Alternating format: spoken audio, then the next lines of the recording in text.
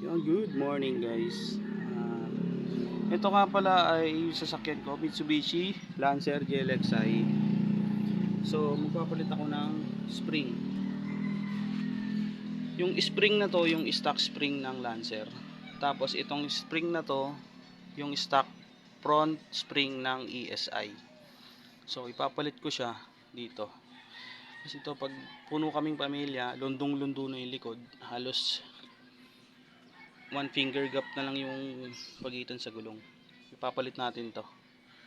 Baklasin natin to. Nabaklas na natin. So tara, baklasin na natin to. So eto na, nabaklas na natin yung shock. Ayan, papalit na tayo nito. Okay, compress lang natin muna. Wait.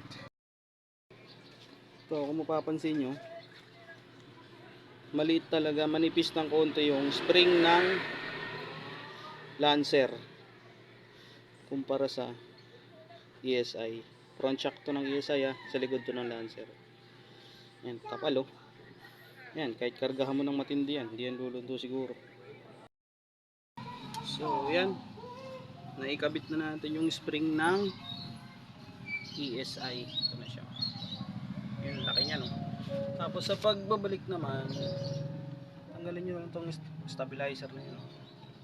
Kahit isa lang dyan sa dalawa, para maibaba nyo lang itong arm. Tapos itong dalawang 17, yan, tatanggalin nyo lang yan sa baba nyo. Tapos ito 14 ito. Tapos yun lang naman yung kakalasin nyo. Tapos gulong, papalit nyo ng lip spring para hindi na lumundo yung sasakyan. Alright, let's go, palitan na natin to. Ito, pinaka easy way para mag install ka ng shock Lancer.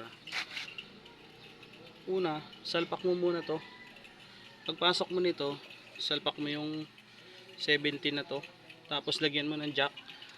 Kaya para pag mag-isa ka, yan, saka mo itornilyo doon sa taas yung dalawang 14. Ito. Yan, dalawang 14. Yan. Okay. At least di ka mahirapan. Okay. Oh. Lagay mo na yung dalawa na yan. Tapos higpitan na lang. Okay na. Alright. Higpitan mo na.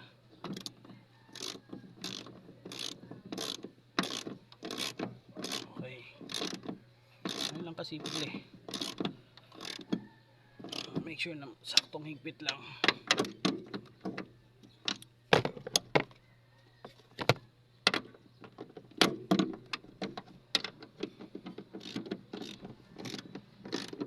Alright.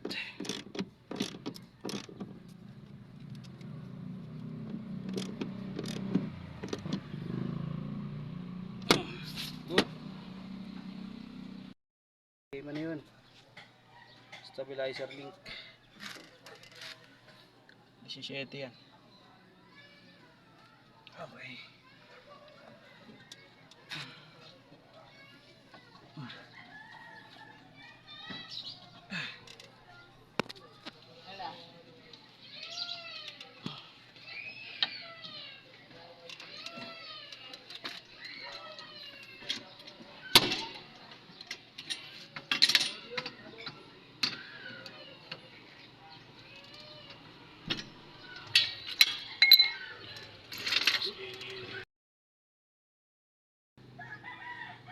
After 10 years, natapos din tayo magpalit.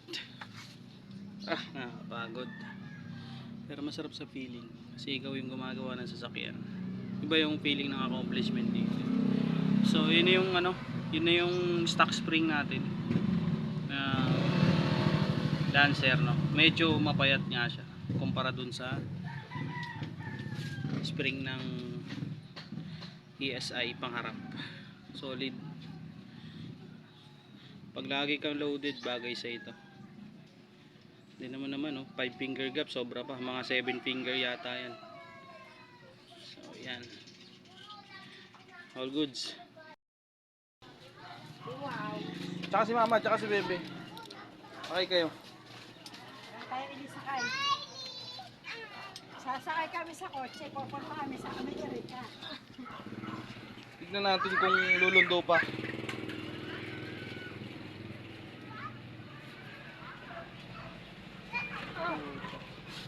Wait lang. Sakay ako doon sa kabila.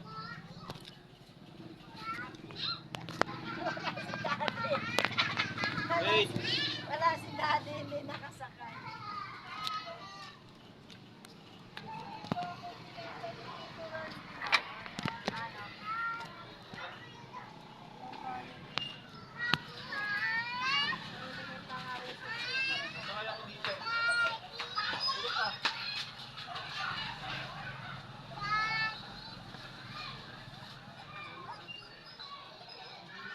Nawala, tumigas.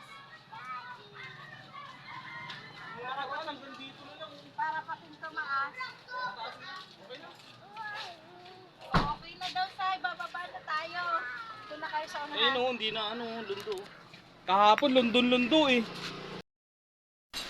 So yun, na-test drive na nga natin yung pinalit natin na spring sa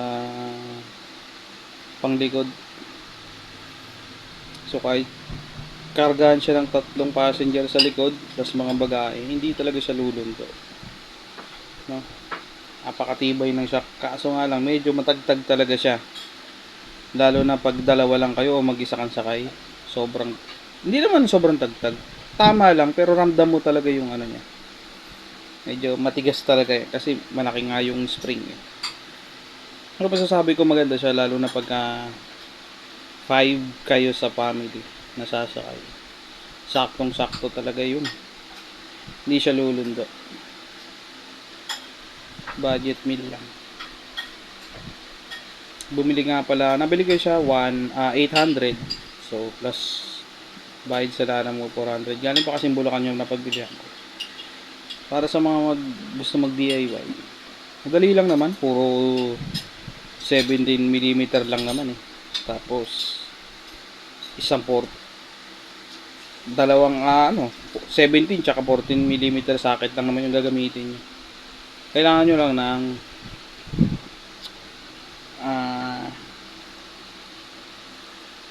gabi para sa pangontra. Yun lang.